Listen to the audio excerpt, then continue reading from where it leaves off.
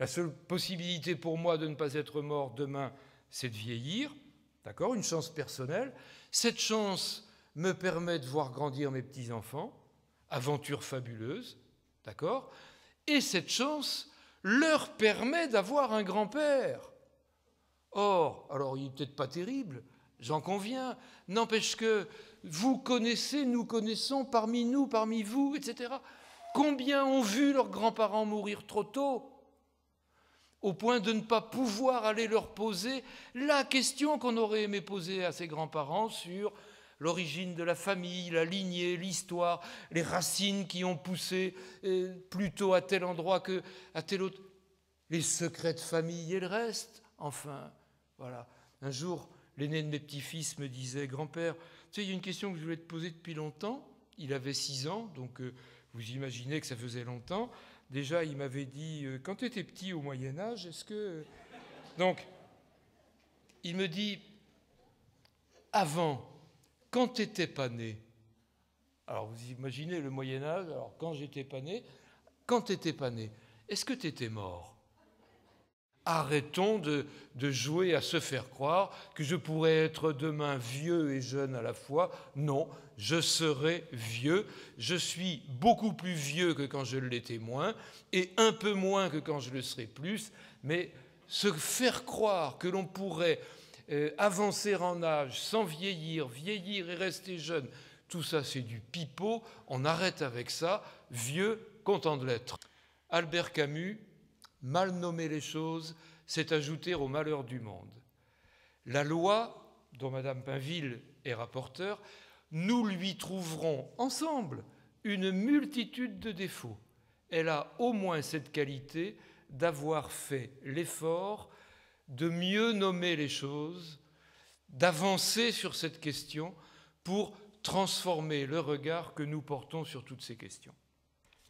Transition démographique, pour une expérience, pour une situation dont nous n'avons pas l'expérience, nous ne savons pas vivre dans une société vieillissante ou vieillie. Comme sociologue, je ne peux pas m'empêcher d'entendre Crozier qui nous disait « on ne change pas une société par décret ». Et nous savons bien que pour changer les mentalités, il faut 20 ans.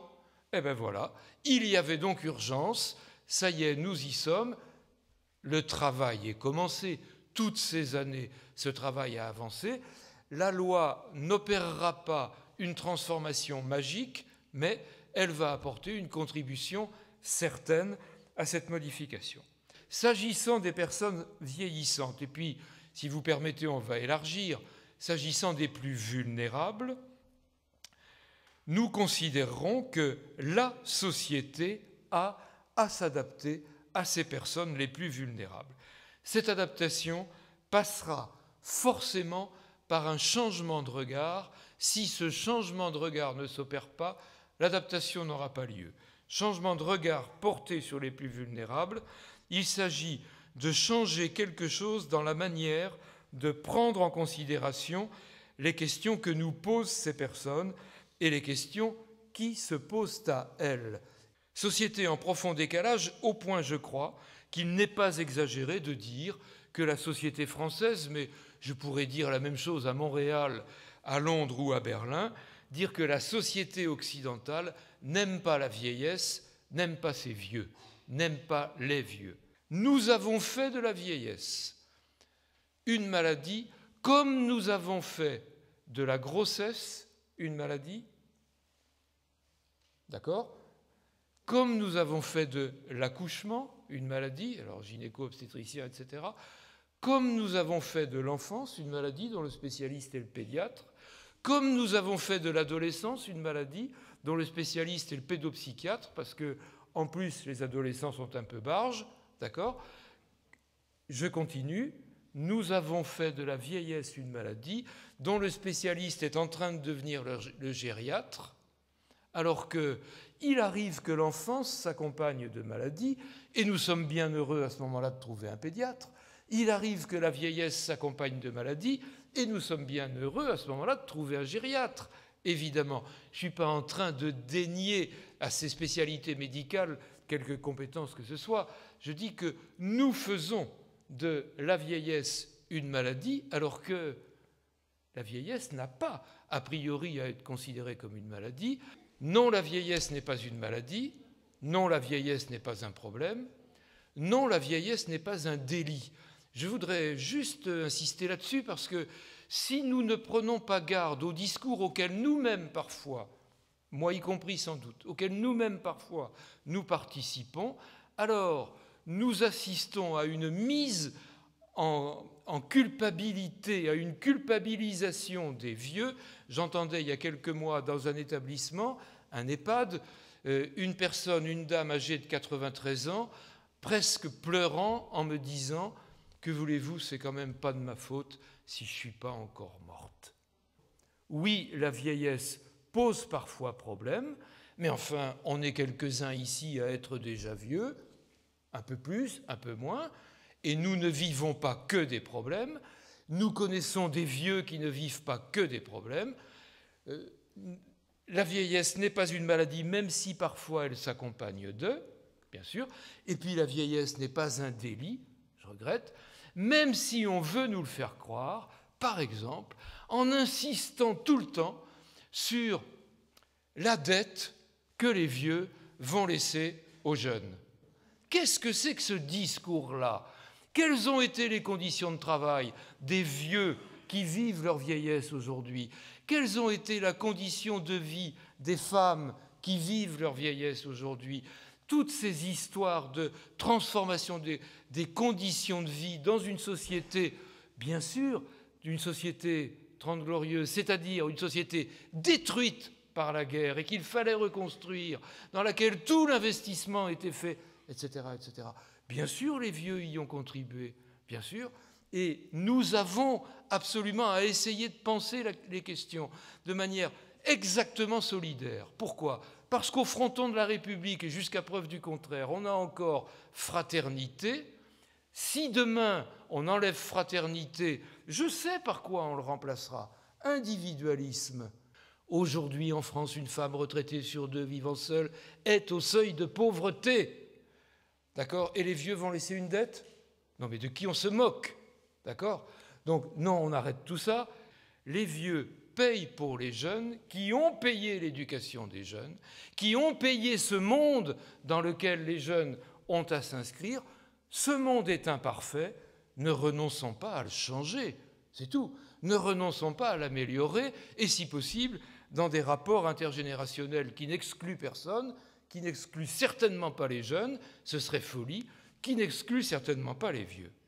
Vous avez vu comme moi qu'en quelques années, nous sommes passés d'une société qui valorisait la durée, on achetait les choses et on voulait bien les payer cher parce qu'elles étaient faites pour durer, à une société qui ne valorise que l'instant, qui ne valorise que ce qui ne dure pas, au point que nous soyons capables aujourd'hui de payer plus cher un objet, bien qu'il ne dure pas, pour qu'il ne dure pas.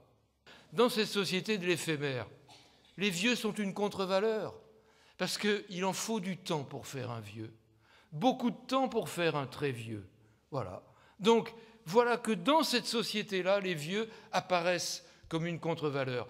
Alors, vous vous souvenez de ce proverbe qui nous dit, un vieillard africain qui nous dit « Un vieillard qui meurt est une bibliothèque qui brûle ». Tout le monde s'en fout que la bibliothèque brûle. Deuxième caractéristique, je viens presque de l'énoncer en même temps, société de l'allégé, du light, d'accord ? Du Canada Dry. Hein, ça a la couleur, ça a le goût, mais ça n'en est pas. Vous vous souvenez de ça ? Bien. Or, dans cette société de l'allégé, la vieillesse, elle résiste. Je ne peux pas être vieux sans avoir vieilli.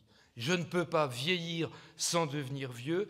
La vieillesse, elle est confrontation à la réalité, que je le veuille ou non. La vieillesse est une contre-valeur. Je ne peux pas avoir l'apparence sans le contenu. Voilà. Société du café décaféiné, si vous voulez. Eh bien non, il n'y a pas de vieillesse décaféinée. C'est pas vrai. Enfin, quatrième caractéristique, société de la connexion. La vieillesse, elle est relation. Nous sommes passés en quelques années d'une société de la relation à une société de la communication, puis à une société de la connexion, que je ne veux pas décrier. Elle est critiquable, il n'y a pas que du bon là-dedans. Mais c'est comme ça, et je suis bien content d'avoir mon portable. Soit société de la connexion, oui, mais la vieillesse dans cette société de la connexion, elle est essentiellement relation. Premièrement, il va falloir changer le regard que nous portons sur cette vieillesse. Ce n'est pas pensable que la vieillesse soit durablement une contre-valeur, et pour cela, il va falloir affirmer « non, les vieux ne sont pas une charge.